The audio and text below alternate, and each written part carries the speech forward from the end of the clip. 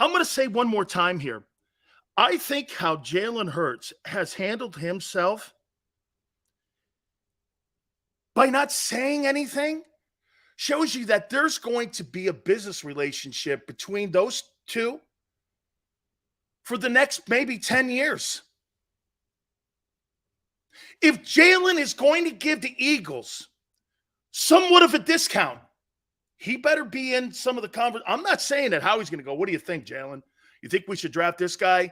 Do you think we should sign this guy? Do you think we should go here? I'm not saying he's saying that. He's probably the same way that Patrick Mahomes was given a heads up and Alex Smith.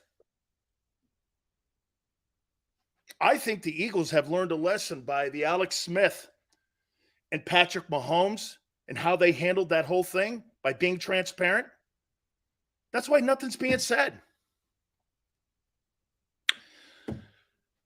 Always have to catch up with the legendary voice. And I want some insight here before we get going here.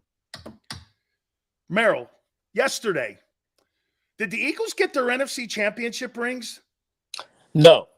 They measured us for our NFC championship rings. Oh, wait a minute. Us? Oh, Merrill, you got measured for a title ring, huh? How was that? Championship ring.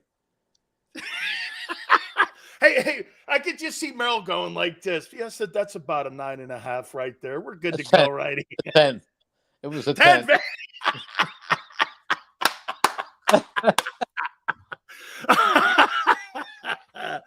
Very good. Merrill, I got to say this to you about the atmosphere of your Eagles.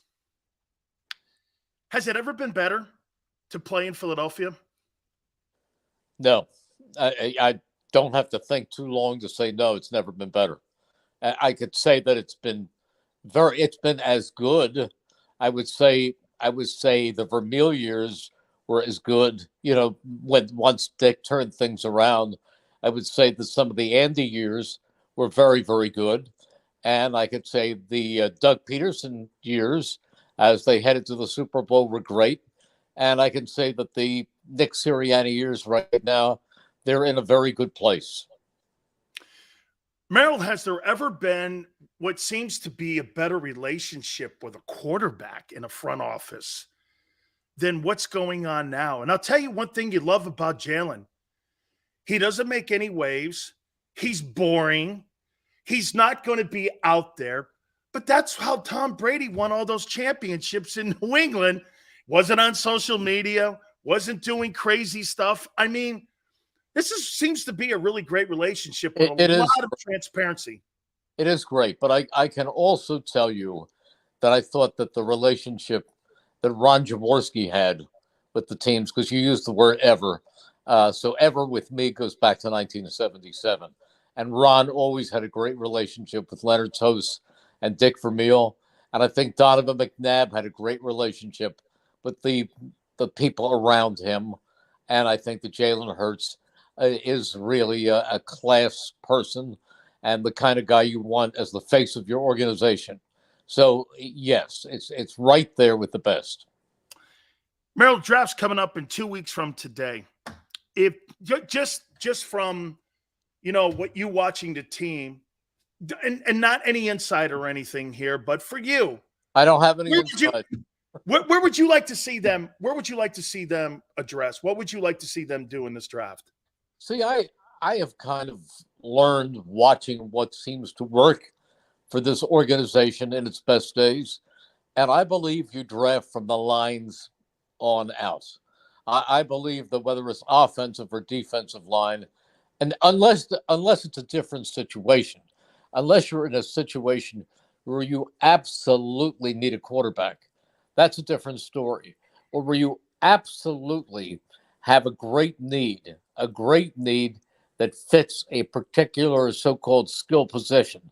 But under normal circumstances, and I can say that this team does not have any overt weaknesses, I say you go either offensive line or defensive line and take the player that you fall in love with.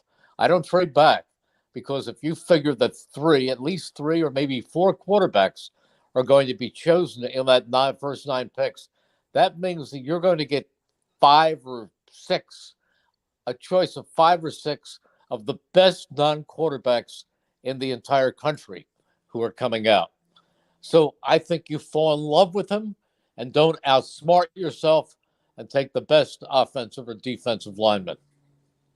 I'm going to say something to you, Merrill. I've been broadcasting now probably half as long as you, but it's now 30 years since I stopped playing. And I've never made this comparison to my friend. I have never seen a prospect that has the same characteristics, feet, hands as Jerome Brown. This kid, Jalen Carter, has all those characteristics. Now, Jerome also had all the characteristics of being a little reckless. We all know, and we all know the story. If Jerome Brown is sitting at number 10, would you draft him today?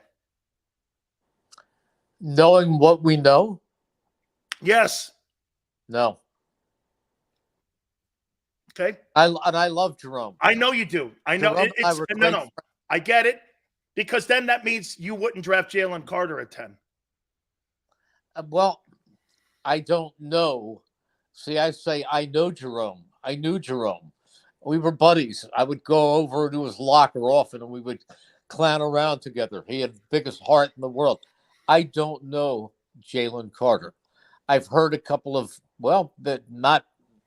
the fact is that he's on probation with the law in Georgia for an incident that, not that he caused, but he was connected to the drag racing incident that took 2 lives. And then I saw the fact that his pro day was a player who was not taking the whole process seriously enough. But I am not the person responsible for doing the due diligence, nor do I have the connections to do due diligence on a player. I believe that whoever takes Jalen Carter has to do extensive research and get the right answers. I'm not saying anything bad about him. I get it. Saying based on what I know, I want to see that if indeed that's the player that they draft, they don't have any.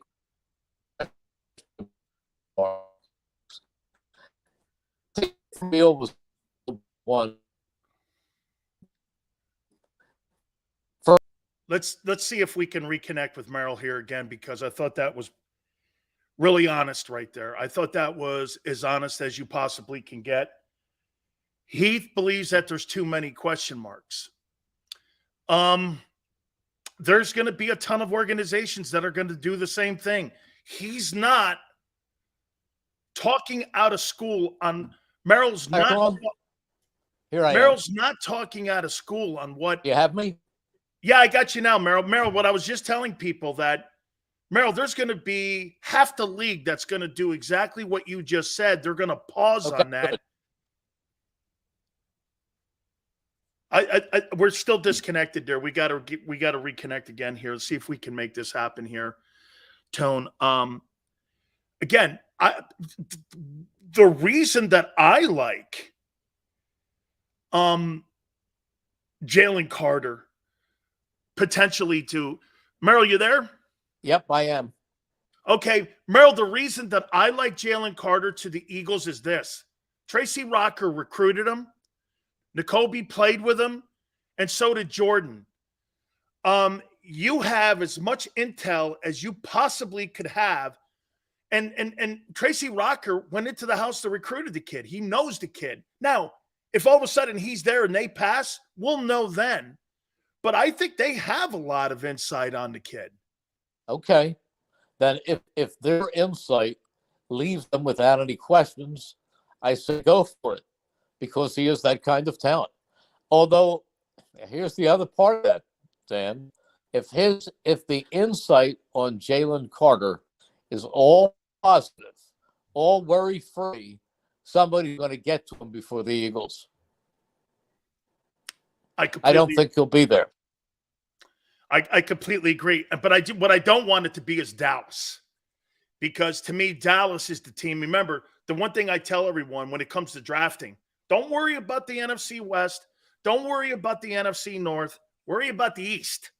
And right now in that division, you've got Saquon Barkley. You've got a running game in Dallas. You've got a running game in Washington. And you clearly have a running game in Philadelphia. So getting a guy like that pushes the Cowboys closer to Philly in that division title. You may be right, but you don't know who the Eagles are going to come up with yet, and to bolster that line. And the other thing is, haven't the Cowboys made some character mistakes in the recent past? Yes.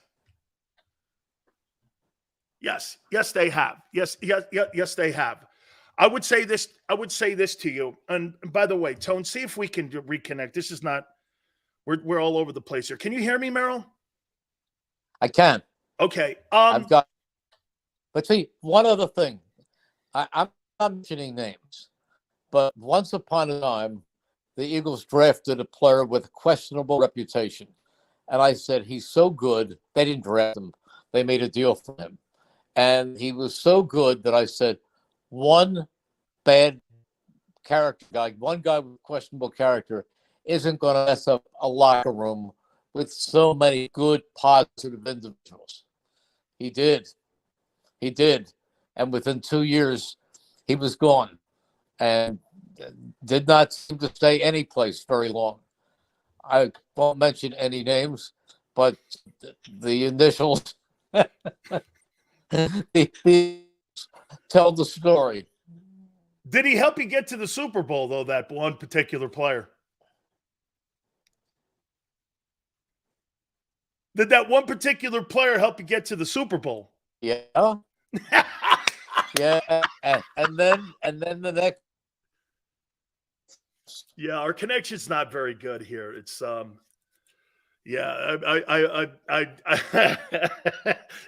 yes, he did help us get to the Super Bowl, but but then the following year he was gone.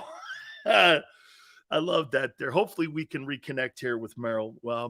Let's disconnect here, Tone, and see if we can reconnect because the connection's not very good.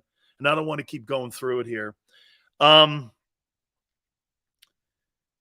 So he would pause on Jalen Carter.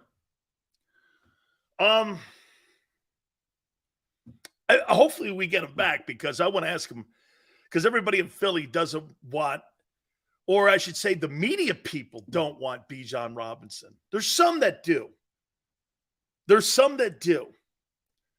Okay? Some do.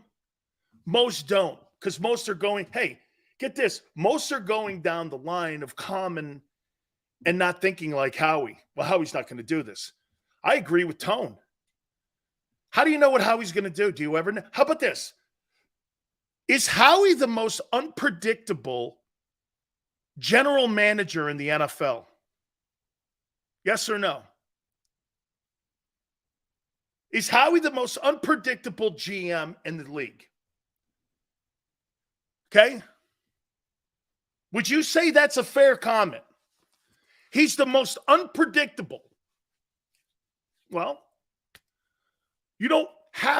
nobody wants a predictable general manager because every year is different. Every year, your football team's in a different sphere. Look at these last 2 years now. Going into this year, you're going to be one of the favorites to win the NFC. Last year, you were NFC champions. Let me ask you this. What was the beginning of the end for the Eagles 2017 team? Something that you don't want to make a mistake. Coming out of the 2022, quarterback was an issue, right? Well, not yet. The quarterback wasn't the issue yet in 18. He wasn't the issue yet. But what were the mistakes that Philly made? Quarterback started getting banged up. You started seeing who his character was. You started watching the team start to disintegrate around him. I don't even remember who he was throwing the football to at the end of the game. I don't remember. Overpaid, aging veterans. Okay? Preacher says letting Foles go. Okay, could be. I always thought that was peculiar, and I'll make this point to you guys one more time. If Alshon Jeffries catches that football in New Orleans, I believe Nick Foles is your quarterback and they'd have moved Wentz. I'll go to my grave saying that. They would have moved Wentz. If Jeffries catches that ball in New Orleans, you guys agree? If he catches that football in New Orleans, I think they move Wentz. Okay? Your own coach, Dan, said we ain't drafting Jalen Carter. I didn't hear that. I heard Dave Wannstedt say that maybe Philadelphia is the best place for him instead of Chicago. That's not what I heard. Okay? Okay, and here's Tone. Man, my dad was hot when we let Foles go. The moment Foles won the Super Bowl for Philly, you couldn't tell my dad shit. I happen to agree with that. I totally happen to agree with that. Dan, am I back? You bet. Thank you so much, Merrill. Hey, moving to a completely different side of the house. Oh, this is fantastic. Thank you so much. Okay. I'm gonna throw something at you here, Merrill, and I want you to tell me, because you've been around Howie Roseman so long. Is this a fair statement from me? I think Howie Roseman is the most unpredictable general manager in the league. Fair? That's not a bad thing. I don't think I think he looks at every year, and every year has its own sphere. And I don't think he has predictability. I don't see where he's predictable at something. Well, I think there are surprises that come up when he picks up a player like C.J. Gardner-Johnson when you're not even thinking at that point of the year that somebody else is coming. Or the A.J. Brown deal on draft night took us all by surprise. But I think he has certain principles that, for the most part, he adheres to. And when I say, I think he is, in a sense, a very intelligent general manager, and he has his ideas and his beliefs that you build a team first through the lines.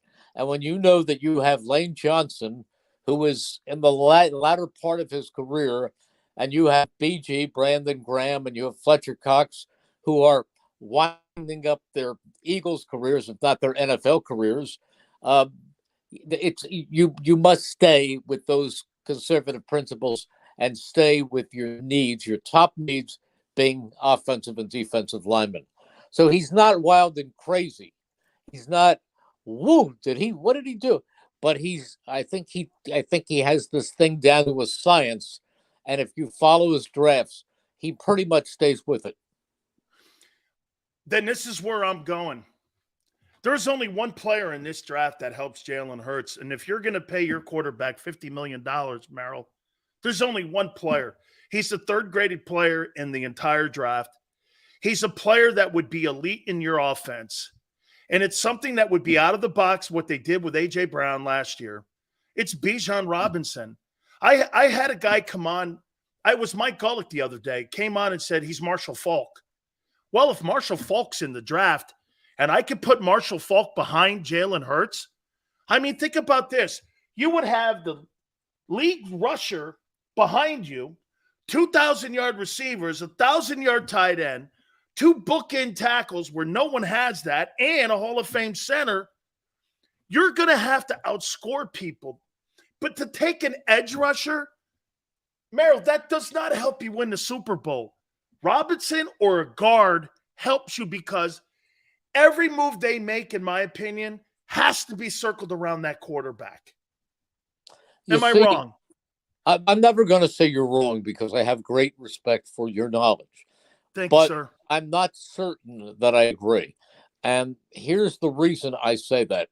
The Giants drafted the best running back in the league, 4 years ago or 5 years ago, in Saquon Barkley. He was a phenomenal player at Penn State. Would you say Bijan Robinson is better than Saquon Barkley was? Saquon Barkley coming out of Penn State was absolutely brilliant, and he showed some of that brilliance with the Giants. But Merrill, putting him behind Jalen and that O-line, he will run you past Kansas City. But they also get they have no O-line in New York. The shelf line, the shelf life of most running backs is relatively short. 5 years. And there is an injury situation with most running backs. Look, they let Miles Sanders walk, and Miles Sanders was a terrific back. Miles Sanders ran for almost 1,300 yards last year. Eighth greatest season in Eagle history running the ball. Yeah. Now listen, Eagles picked up going to the Super Bowl in the Super Bowl 52. What did the Eagles do at running back that year? They got a die and they went out and they got LeGarrette Blount. Well, but they picked up an undrafted free agent who gave them everything he had, including a spectacular touchdown in the Super Bowl, and that was Corey Clement. They didn't even have to take a draft pick. I mean, they could draft, as good as Bijan Robinson is, they could pick a running back in the 3rd round or 4th round who turns out to be a great running back. I mean, look, they took Kenneth Gainwell in the 3rd or 4th round. He's a terrific back. He's really good. They picked up Boston Scott, little Boston Scott, off of he was on a practice squad, and he is a terrific little guy. All he does is kill the Giants every year. They line up near the goal line, and he hits a hole, and they don't know which hole he's coming out of until you find him in the end zone. They're not weak at running back, and then they made the trade. Now, again, injuries are the biggest factor in this deal, but they picked up in the free agent period. They picked up Rashard Penny. He's pretty good. Yeah, but again, I'm not counting on him, Merrill. 2 starts in 5 years per year. Right. That worries, but they gave up nothing. Again, it's a no risk deal. But what I'm saying is, if he passes all the due diligence tests, can you really say that your guy Jalen isn't going to be a bigger impact? But here, Merrill, you're elite at almost every single position on your football team except running back. Okay? I mean, what would Derrick Henry do on that offense? What do you think Derrick Henry? He had 1,500 yards on the crappiest O-line in the NFL last year. And I would say this about Miles Sanders. Miles is a good player. He is a really good player. But is Dalvin Cook? Is he B.J. Robinson? Is he one of those guys? And Merrill, what if he only gives you 5 years, but you win the Super Bowl in the process? Who cares? Well, when the Eagles played Dalvin Cook on a Monday night in Philadelphia, he did nothing. And when the Eagles played Tennessee, Merrill, he's a 1,700-yard back.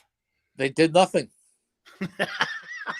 They did nothing, both of them, against the Eagles. Fair enough, Merrill. The defense. I got problems with the defense here. It's smaller. Top 5 tacklers are gone. How do you think they've done on that side of the ball? I think when you pick up Hassan Reddick as a free agent last year, you picked up you struck gold. He was unbelievable. He was unbelievable.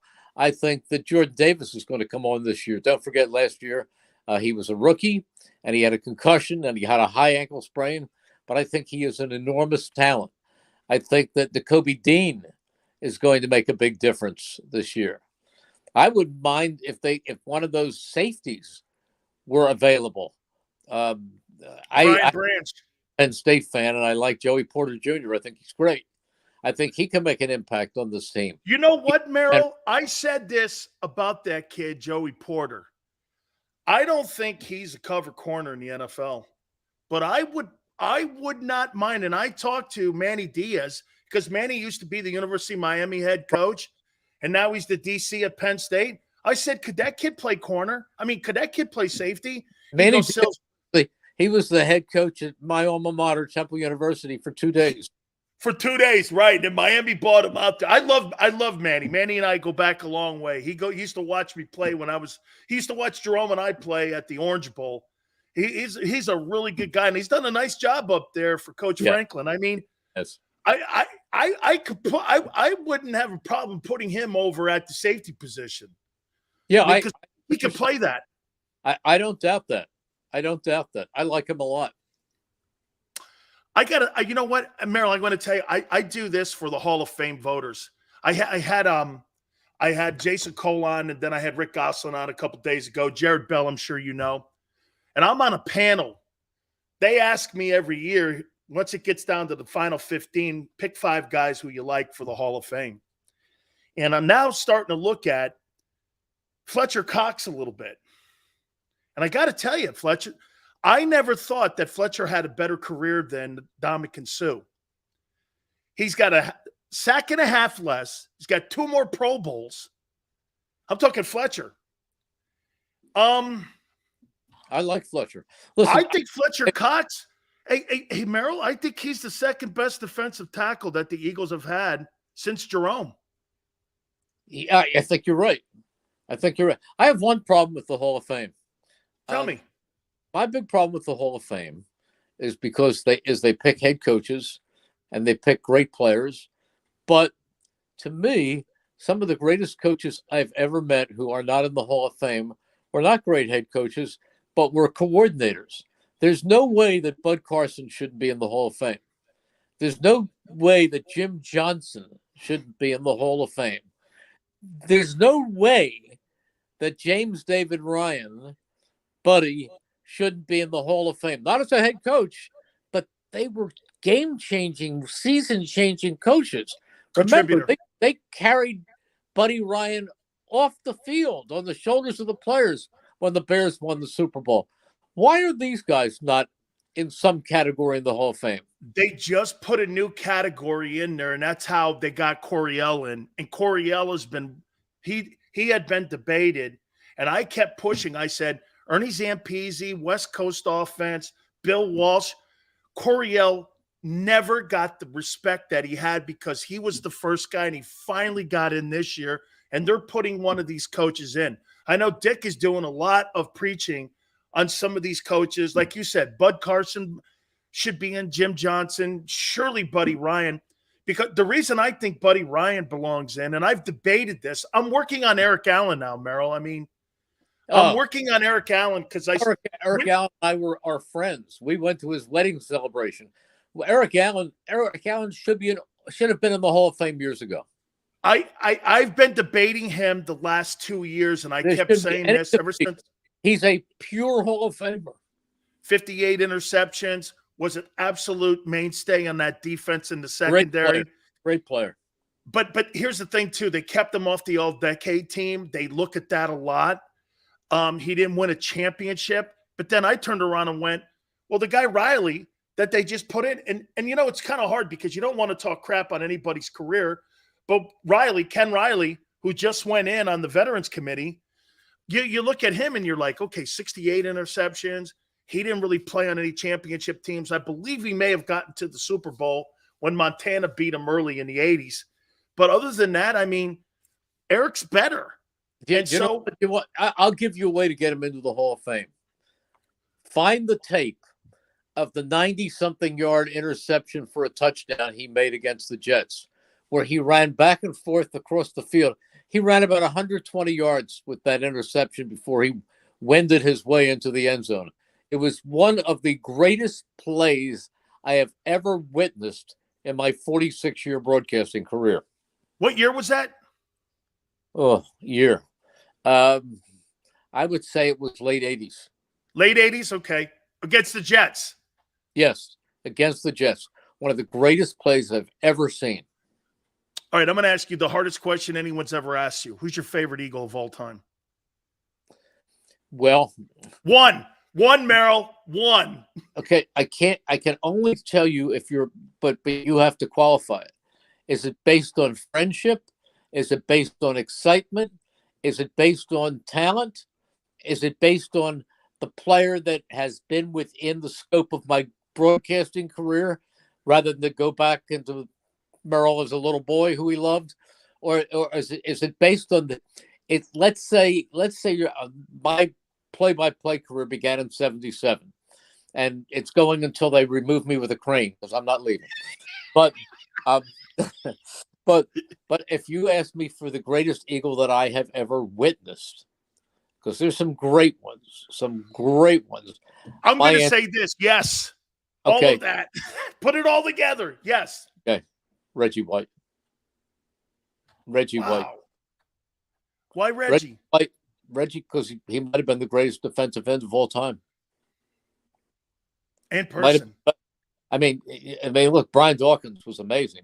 If you want to go back in history, Chuck Bednarik was phenomenal. But of the ones I've seen, Reggie White was, he gave offensive coordinators nightmares all week. He was to the Eagles what Lawrence Taylor was to the Giants. Oh, absolutely. And absolutely. I got to tell you, greatest I got to tell you player. a story about Concrete. So I had not met him, and my uncle Andy Robustelli introduced me to him. So I finally got him on my show. He'd come down to Florida, right? And my uncle goes, "Hey, make sure if you get him on your show, man, make sure he cleans it up a little bit because Chuck has a way about him." Yeah. Hey, he get on this show, Merrill. I don't know how many times we dumped it, but man, he just was like, these guys today going both ways. That Deion Sanders guy. You know what I did? I go, yeah, you played center and linebacker and you destroyed Gifford. I know the whole thing. Gifford tells me about it all the time. I woke up a week later and I asked him what happened. He goes, I go, what'd you tell him? He goes, this MFer, and he said it on the air, is over.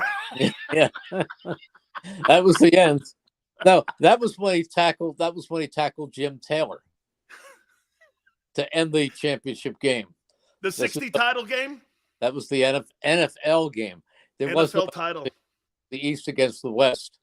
You know, and the end of the last play was Bednarik sitting on Jim Taylor and looking at the clock. Yeah. Man, I love Concrete. Well, he great, of course, but see, I mean, there are so many great guys. Oh yeah. Who was better than Doc? Doc was amazing. The most exciting Eagle I've ever seen was Randall Cunningham. Oh yeah. He was instant excitement. He was unbelievable. But you know, the best three running backs I've ever seen were four. It was Wilbur Montgomery, Brian Westbrook, and Shady McCoy. Shady McCoy was amazing.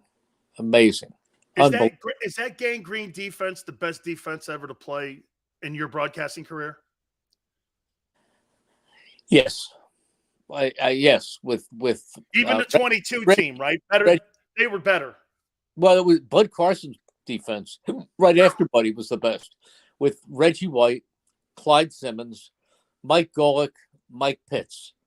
That was an unbelievable Seth, defense. Andre Waters, Wes Hopkins, Andre Waters. How about Hey, Merrill, the coaching staff. Jeff Fisher was on that coaching staff. I mean, you had a bunch of dudes that were on that coaching staff too for that team back in the day that Buddy assembled. I mean, I think if I'm not mistaken, didn't Fisher play for Buddy in Chicago or something like that? And that's why he brought him to Philly? He returned punts and was a safety. And then he put him on the coaching staff in Philly, right? Yeah, he brought him here as a secondary coach.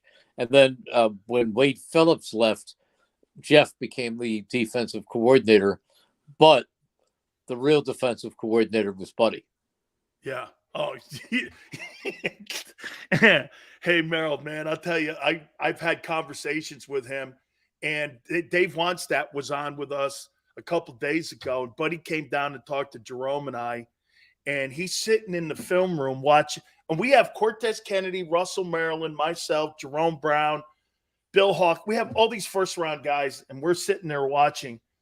And he just looks at Jerome. He goes, "Took a playoff, didn't you?" And not even the coach. He goes, "Took a playoff." And Jerome goes, "Well," I went, "Yeah, he did. You know, he takes plays off, buddy." But he goes, "Oh, what are you? What are you? You know, snitches get stitches." We're sitting here watching. Yeah. He was quite a character, man. I enjoyed being around Buddy Ryan. Did you ever hear of a coach who, when he was fired, called his own press conference before the team could call press conference and had everybody down in the coach's office, and he walked into the room? They had just lost the playoff game. So I think that was the one to Washington. They had lost before, so the Rams, but they lost the playoff game to Washington, and then they fired him, but they hadn't told us yet. And we all filed into Buddy's office, and it was packed. And then Buddy came strolling in, twirling his whistle, and he said, "Men, it's the first time a coach has ever been fired for winning." And because Buddy won every year. And then later he left, and he bought a racehorse and named him Fired for Winning. The guy in France fired me. The guy led Norman Bremen on vacation in the south of France, and there were some players who hadn't been signed yet, because they used to get very dramatic at the end of training camp, and then people weren't slotted like they are today. And Buddy said to the media, "You know, we'd have a team if the guy from France would ever come back." The guy that used to kill everyone in the league. Okay, the guy from France won't sign Lachey. What do you want me to do? Yeah, but we're at the big dinner, big luncheon they had for the United Way. They'd had this big luncheon right before the first week of the season, and the head coach would appear, and Buddy would get up and talk for a few moments, and then he had to introduce the Eagles president, and that was Harry Gamble. And God rest his soul, Harry Gamble was one of the greatest people in the world. But Buddy had a sense of humor, and so in announcing Harry Gamble, he introduced him as Bremen's illegitimate son. Oh my God! Hey Merrill, that's a mic drop. That's a mic drop there, Tone. Just tell, hey, wait a minute, hey, that's a mic drop, Merrill. Did you miss that? No, we got it. Okay. Hey, Merrill, thank you so much, my friend. Oh, my pleasure. You have a good day. You got it. The great Merrill Reese. Man, I love catching up with him and talking some ball with him. He's always awesome to hear. Please hit the like button. Hour number 2. Keep it here on the National Football Show. Go to get your game on.